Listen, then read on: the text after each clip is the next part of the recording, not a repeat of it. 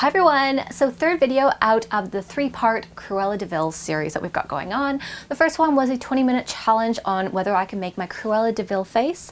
The second video was how to take a faux fur blanket, if you can't find a faux fur coat at the op shop, how to transform it into a Cruella De Vil coat. The third video is I found this at our dollar store. It was a cheap Cruella wig with a little bit of styling. It's looking a little bit less mullety. Now I know the mullet is what Cruella is rocking in the Disney movie. It didn't look good on me. This is what it looked like. Yeah, crickets chirping. It was bad. So to make this wig happen, I popped it onto a model head. I mean, if you've got a styrofoam head, by all means use that. You're able to pin some pins through at least to hold it in place. But the last thing you want to do is just be trying to style it with no form underneath it. And it's really hard to do on your head. So to start, what I ended up doing was taking a fabric steamer. Look, I know I read everywhere that they're like, oh, don't use steam on it. Don't use heat. You're going to damage the wig.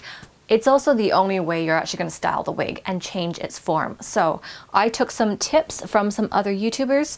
I've grabbed my little steamer and I've used it just to smooth down the hair first and given that a little bit of a brush. The mullet was just not working. So I ended up grabbing some pinking shears, usually used for fabric, but because I'm not a great hairdresser, I thought the pinking shears were going to be a little bit less of a mess and a little bit more forgiving, which turned out it was true. So I actually brought the length up a little bit. All around the back, you're going to use your lines, those levels, just to make sure you're doing it in sections. Then what I did was I grabbed a big roller brush and again used my steamer and I just curled the sections. Again, starting from the bottom, just pin it all up. I kind of curled in big sections around the base and then moving up, I did smaller, then smaller, then smaller.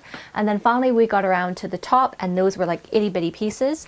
I actually don't think I showed it on camera, but I actually took the handle so it was even smaller pieces just to do this front part, just so it curled up properly. Now, as I said, it is a dollar store wig. It is about as cheap as you can get. You will know because of the way that there are massive gaps all the way through the wig. So the best thing you can do is just kind of get it to fluff. Now I'm going to add a link below. There was a guy who did a fabulous job of his drag queen wig, and that is how I figured out how to do the curls and so on. So I would definitely say if you've got time, watch those videos as well, because you'll learn a whole lot more. I did a little bit of teasing just to puff it up, and then I also took some dry shampoo just to get the shine out because it looks really plasticky otherwise. Now there's some things you really can't do much about. As I said, it is a dollar store wig.